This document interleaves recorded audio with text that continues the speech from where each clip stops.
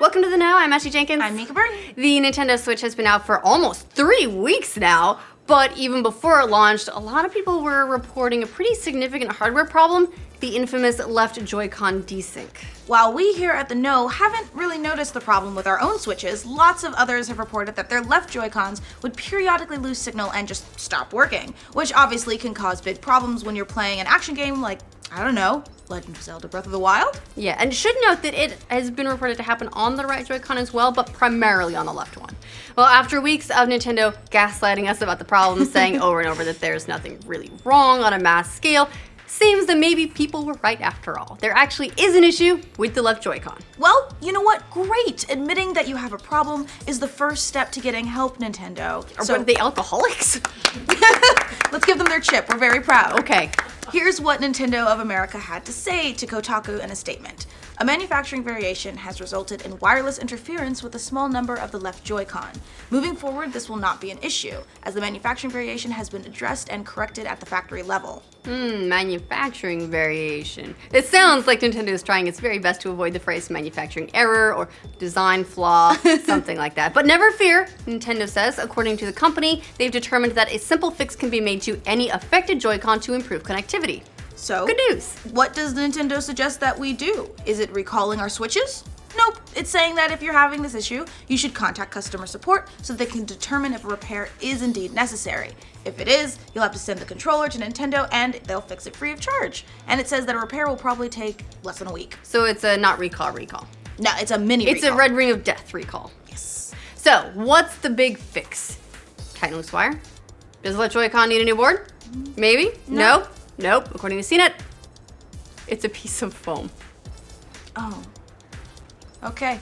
A CNET writer sent his Joy-Con back to Nintendo to be fixed, which it did in under a week, and when the Joy-Con came back, the only difference was that Nintendo had placed a little square of black foam in the lower right corner of the device. Look, there are a lot, it's like duct tape. Sometimes all you need is foam.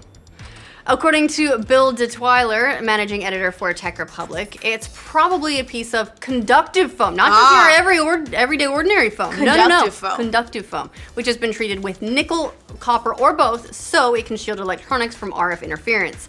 That kind of foam, CNET says, is often used in portable electronics when there isn't space for a traditional shield. And CNET says the way the foam is positioned could mean that it's protecting the Joy-Con's antenna from interference. To test that theory, CNET's reviewer removed the foam and guess what? The controller stopped working. It's all in the foam. So there you have it. All in the foam. All in the foam. Alright, so like we said, Nintendo says that the problem has now been addressed at the factory level, so hopefully the issue has been taken care of, once all the malfunctioning Joy-Cons are sufficiently foamed up. But we have to note that it's taken Nintendo quite a while to even admit that there was an issue in the first place. For a time, Nintendo tried to downplay any talk of a left Joy-Con problem at all. Nintendo of America President Reggie Fils-Aimé was asked about the problem by Time magazine earlier this month, and he said they were looking into it. Later, well, it sounds like they did. They looked into it, and the answer is foam. Problem. They got it.